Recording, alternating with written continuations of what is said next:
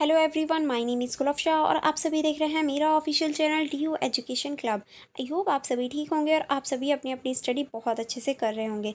देखिए, आज की जो मेरी वीडियो होने वाली है वो BA प्रोग्राम सेकेंड सेमेस्टर की होने वाली है। सेकेंड सेमेस्टर में जो आपकी संस्कृत है, संस्कृत C, जिसका नाम है इंट्रोडक्शन टू संस्कृत लैंग्वेज।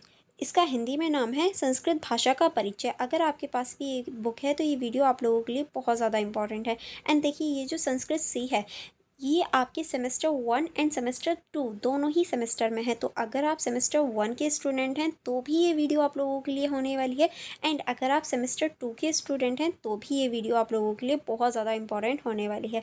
अगर आपने फुल बुक पढ़ रही है, वेल एंड गुड। अगर नहीं भी पढ़ी है तो आज की इस वीडियो में हम लोग क्वेश्चन आंसर देख रहे हैं, जो इंपॉर्टेंट क्वेश्चन विद आंसर हैं आपके एग्जाम के पॉइंट ऑफ व्यू से। देखिए, ये जो क्वेश्चन है ये हर चैप्टर से लिए गए हैं। एंड देखिए, इसकी मैंने एक और वीडियो आप लोगों के लिए ऑलरेडी प्रोवाइड करवा दी है।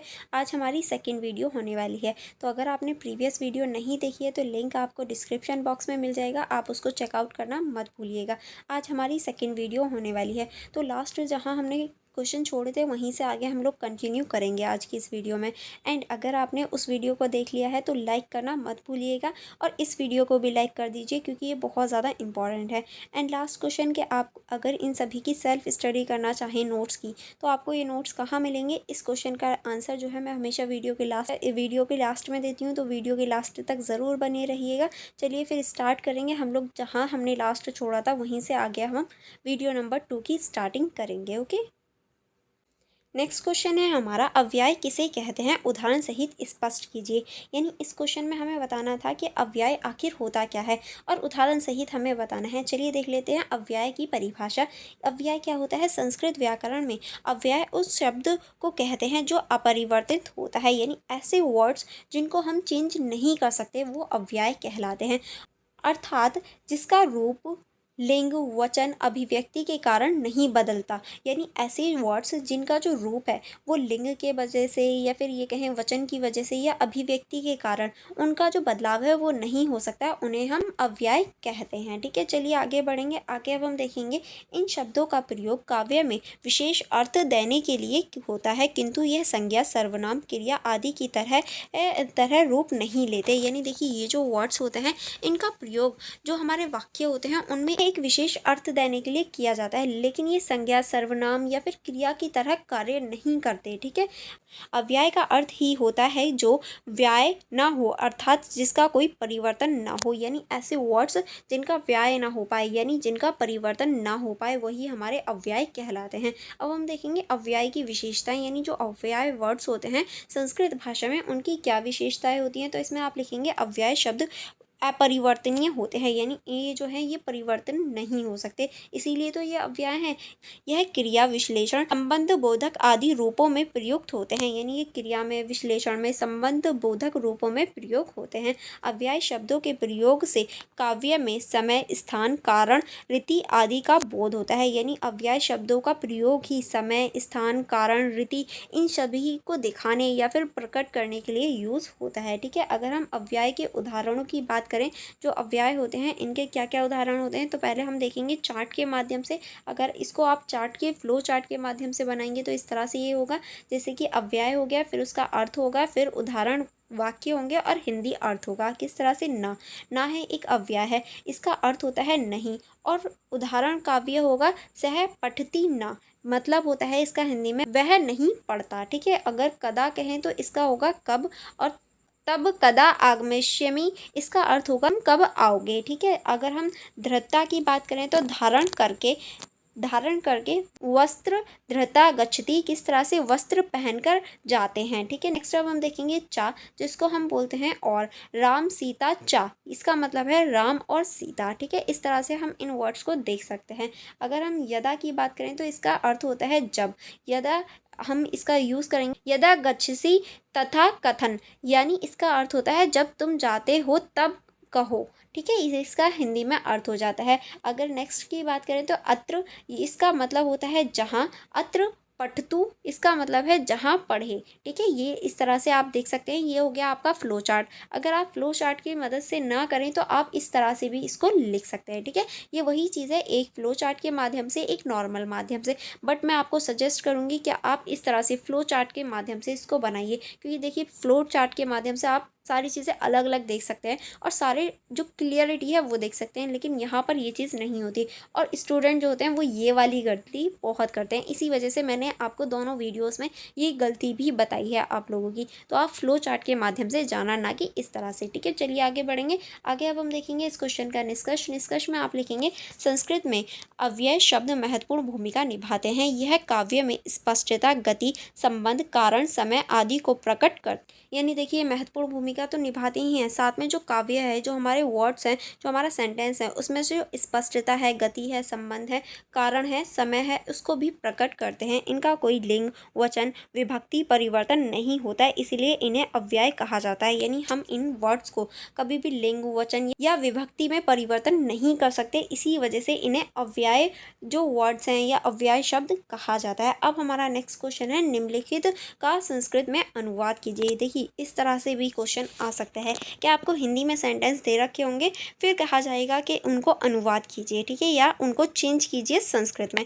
किस तरह से, देखिए यहाँ कुछ सेंटेंसेस हैं, जैसे कि बालक खेल रहा है, दूसरा है हमारे पत्ते पेड़ से गिर रहे हैं, तीसरा है हमारा सफलता परिश्रम से मिलती है, नेक्स्ट है हमारा सब कहाँ गए, नेक्स्ट है हमारा बंदर केला खाता है। किस तरह से हम इन्हें चेंज करेंगे, चलिए देखेंगे। नेक्स्ट है हमारा मैं पुस्तक पढ़ता हूँ, उसके बाद में है वह दोनों खाना खाते हैं। ठीक है, इस तरह से हमें इन सबको चेंज करना है। चलिए देख लेते हैं हिंदी से संस्कृत में अनुवाद कैसे करेंगे, कैसे हम इन्हें ट्रांसलेट करेंगे। तो फर्स्ट है हमारा बालक खेल रहा है, इसको हम संस्कृत में अगर अनुवाद करेंगे तो इसे लिखेंगे बाल के क्रीडति। किस तरह से जो व्याख्या होगी, व्याख्या में आप लिखेंगे बालक जो है वो पुल्लिंग है, एक वचन है और करता है। अगर हम क्रीडति की बात करें तो लट लकार है, प्रथम पुरुष एक वचन क्रिया है। लट लकार क्या होता है, यह हमने लास्ट वीडियो में ही देखा था, अगर आपको नहीं पता, क्योंकि ये हमारे फ्यूचर के सेंटेंस को दिखाता है। ठीक है, लट लकार, तो आप उस वीडियो को लास्ट ज़रूर देखना ताकि आपको पता चल जाए। नेक्स्ट है हमारा वर्तमान काल दर्शन के लिए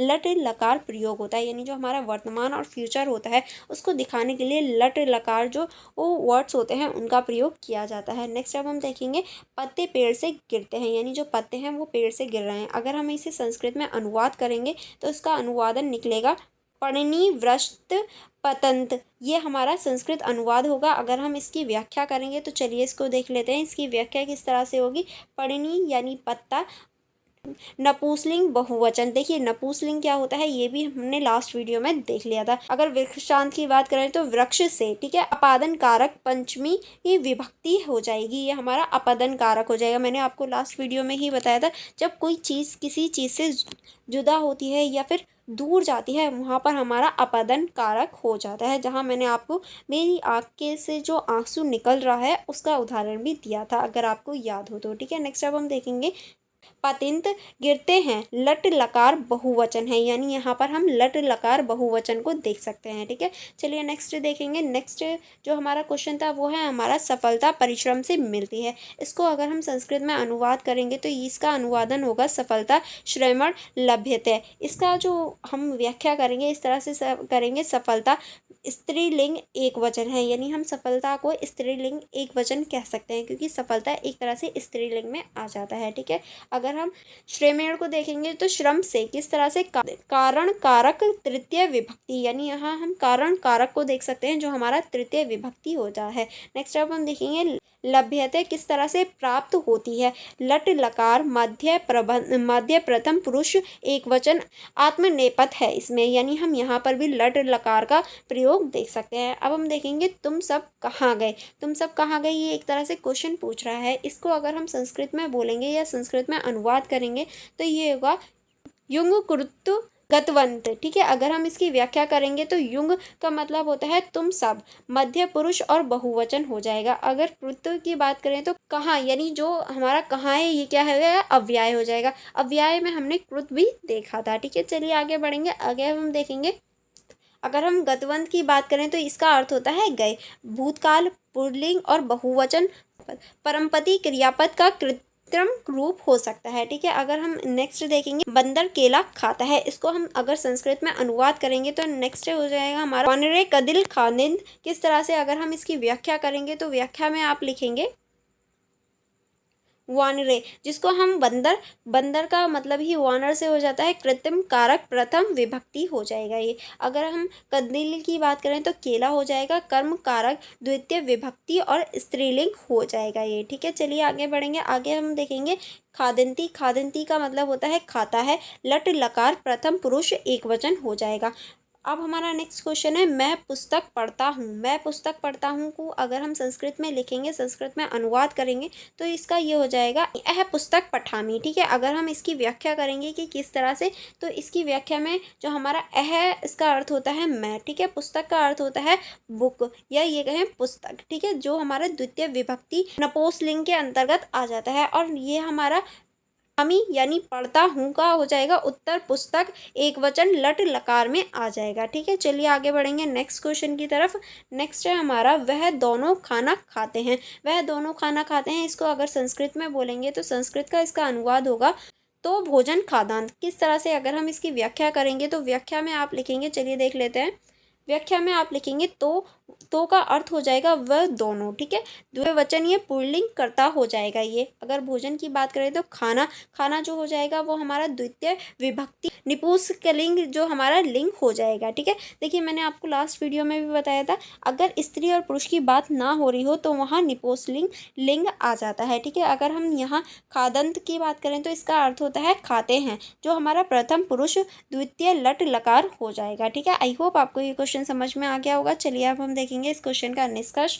निष्कर्ष में आप लिखेंगे इन सभी वाक्यों का संस्कृत अनुवाद करते समय लिंग, वचन, पुरुष और काल का विशेष ध्यान रखा गया है। यानी देखिए जब भी हम संस्कृत यानी देखिए जब भी हम हिंदी से संस्कृत या संस्कृत से हिंदी में वर्ड्स को चेंज करते हैं, अनुवाद करते हैं, तो लिंग का, वचन का, पुरुष का, काल का हमेशा हमें ध्यान रखना होता है। संस्कृत अनुवाद में कृत्य यानी कर्ता, कर्म, क्रिया और विभक्ति का उचित प्रयोग आवश्यक होता है। यानी अगर हम संस्कृत अनुवाद कर रहे हैं तो कर्ता, कर्म, क्रिया और विभक्ति इनका सही से ध्यान रखना और उचित तरीके से प्रयोग करके उसे चेंज करना आवश्यक हो जाता है।